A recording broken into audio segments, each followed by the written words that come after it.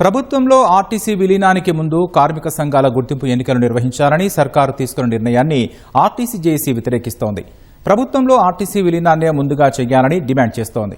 మరోవైపు ఆర్టీసీని విలీనం చేసే క్రమంలో గుర్తింపు సంఘంతోనే చర్చించాలని ప్రభుత్వం నిర్ణయించింది. అగ్రిమెంట్ సమయంలోనూ గుర్తింపు సంఘమే కీలకం కానుంది. ఇదే అంశాన్ని ఆర్టీసీ అధికారులు ప్రస్తావిస్తున్నారు. ఈ నేపథ్యంలో ఆర్టీసీ విలీనంపై తాజా పరిస్థితిని మా ప్రతినిధి శ్రీపతి శ్రీనివాస్ అందిస్తున్న గ్రౌండ్ రిపోర్ట్ చూద్దాం.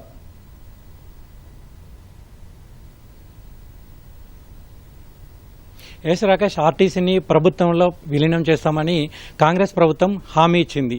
ఇచ్చిన హామీని అమలు చేసేందుకు ప్రభుత్వం వ్యూహాత్మకంగా ముందుకెళ్తుంది. ఏప్రిల్లో ఆర్టీసీ జేఏసీ ఆధ్వర్యంలో సమ్మెకు పిలుపునిచ్చారు. జేఏసీ దాదాపు సమ్మెకు పిలుపునిచ్చిన తర్వాత చర్చలకు కేబినెట్ సబ్ కమిటీ పిలిచింది. ఏప్రిల్ 24వ తేదీన సబ్ కమిటీలో ఈ ఆర్టీసీ జేఏసీ నేతలు దాదాపు 31 డిమాండ్లను అమలు చేయాలని కేబినెట్ సబ్ కమిటీ ముందు చెప్పారు. దాంతో తక్షణమే అప్పటికప్పుడు 3 కీలక సమస్యల్ని వేతన సవరణను 11% ఆమోదిస్తూ కేబినెట్ సబ్ కమిటీ ఆమోదం తెలిపింది. ఆ తర్వాత యూనియన్ల పునరుద్ధరణకు కూడా ఆమోదం తెలిపింది. దాంతోపాటు విలీన ప్రక్రియను తక్షణమే ప్రారంభిస్తున్నామని చెప్పింది. ఆ తర్వాత ఈ 3 డిమాండ్ల తర్వాత మిగిలినటువంటి డిమాండ్లను యాజమాన్యం వద్ద ఈడీల కమిటీ వేస్తూ వాళ్ళ దగ్గర మీకున్నటువంటి సమస్యల్ని వాళ్ళతో చర్చించి ఒక్కొక్కటిగా పరిష్కరించుకోవాలని సూచించింది. ఈ నేపథ్యంలో ఈడీల కమిటీ ఆర్టీసీ సంఘాల నేతలతో కూడా చర్చలు జరుపుతూ వస్తుంది. ఇక మే 21వ తేదీన మొదటిసారిగా ఈడీల కమిటీ ఆర్టీసీ నాయకులతోటి చర్చలు జరిపింది. ఆ తర్వాత జూన్ 12వ తేదీన కూడా మరోసారి చర్చలు జరిపింది. దీనిలో వాళ్ళకు ఉన్నటువంటి ముఖ్యమైనటువంటి ఆర్థిక అంశాలు కావచ్చు, లేదంటే పదోన్నతులు కావచ్చు, సిసిఎస్ సమస్యలు కావచ్చు, బకాయిలు కావచ్చు, ఇటువంటి అన్ని సమస్యల మీద ఒక్కొక్కటిగా ఈడీల దగ్గర వాళ్ళు ప్రస్తావిస్తూ వస్తున్నారు. వాళ్ళకి సంబంధించినటువంటి సమస్యల్ని నెరవేర్చుకుంటూ వస్తున్నారు. ఈ నేపథ్యంలోనే ఈడీలు ఈరోజు రాష్ట్ర వ్యాప్తంగా ఈడీలు కావచ్చు, ఆర్ఎంలు కావచ్చు, డిఎంలు కావచ్చు, రాష్ట్ర వ్యాప్తంగా కూడా ప్రెస్ మీట్లు పెట్టి ఆర్టీసీలో యూనియన్ ఎన్నికలు నిర్వహించాల్సిందే అని ఇప్పటికే కార్మిక శాఖ తరపున ఈ ఎన్నికలు నిర్వహించాల్సిన పరిస్థితి అనివార్యమైందని కూడా చెప్తున్నారు. ఎందుకంటే వాళ్ళు సమ్మెకు వెళ్తున్నటువంటి సమయంలో కావచ్చు, లేదంటే ఈ ప్రభుత్వంతో చర్చలు జరుగుతున్న సమయంలో కావచ్చు, ఖచ్చితంగా ఆర్టీసీ ఎన్నికలు నిర్వహించాలని వాళ్ళకు ప్రధాన డిమాండ్ ఉంది.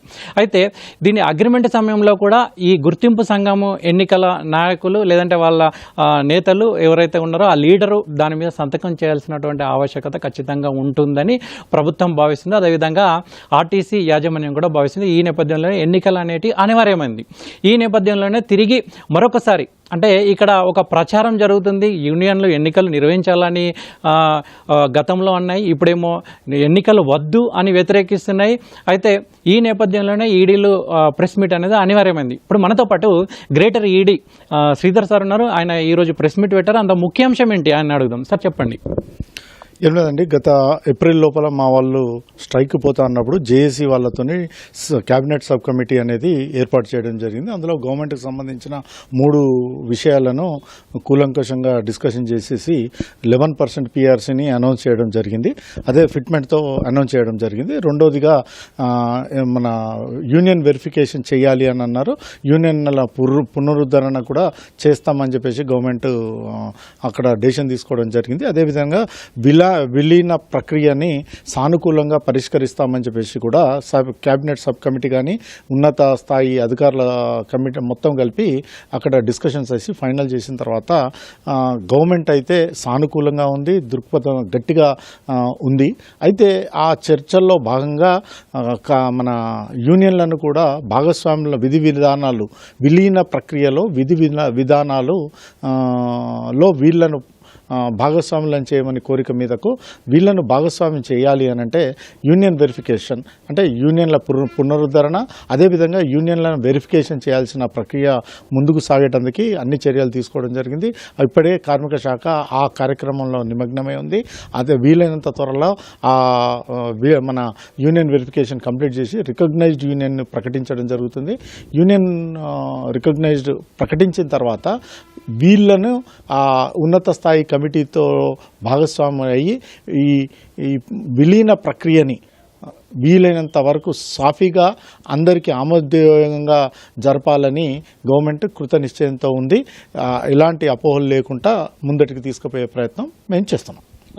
ఇది మొత్తానికైతే యూనియన్ ఎన్నికల ప్రక్రియ అనేది ఖచ్చితంగా కీలకమైనదని చెప్తున్నారు. అందులో భాగంగానే ఎన్నికలు నిర్వహించాల్సినటువంటి పరిస్థితి అనివార్యమైనదని కూడా అధికారులు చెప్తున్నారు. ఇదే విషయాన్ని అటు కార్మికులకు కావచ్చు, ఉద్యోగులకు కావచ్చు, సిబ్బంది కావచ్చు తెలియజేసే ప్రయత్నం అయితే చేస్తున్నామని అంటున్నారు. మొత్తానికైతే బయట జరుగుతున్నటువంటి ఒక అపోహను తొలగించే ప్రయత్నంలో భాగంగానే ఈ ప్రెస్ మీట్లు నిర్వహిస్తున్నామని అటు ఈడీలు కావచ్చు, ఆర్ఎంలు కావచ్చు, డిఎంలు కావచ్చు అందరూ కూడా ముక్త కంఠంతో చెప్తున్నారు. మరొక పక్క ఈ కార్మిక సంఘాల నేతలు మాత్రం ఖచ్చితంగా ఎలక్షన్లు వద్దు, ఎన్నికలు వద్దు, ఖచ్చితంగా వీటిని వెనక్కి తగ్గించండి, ఖచ్చితంగా విలీన ప్రక్రియను ప్రారంభించండి అని వాళ్ళు అంటున్నారు. మరి భవిష్యత్తులో ఏం జరుగుతుంది అనేది వేచి చూడాల్సిందే.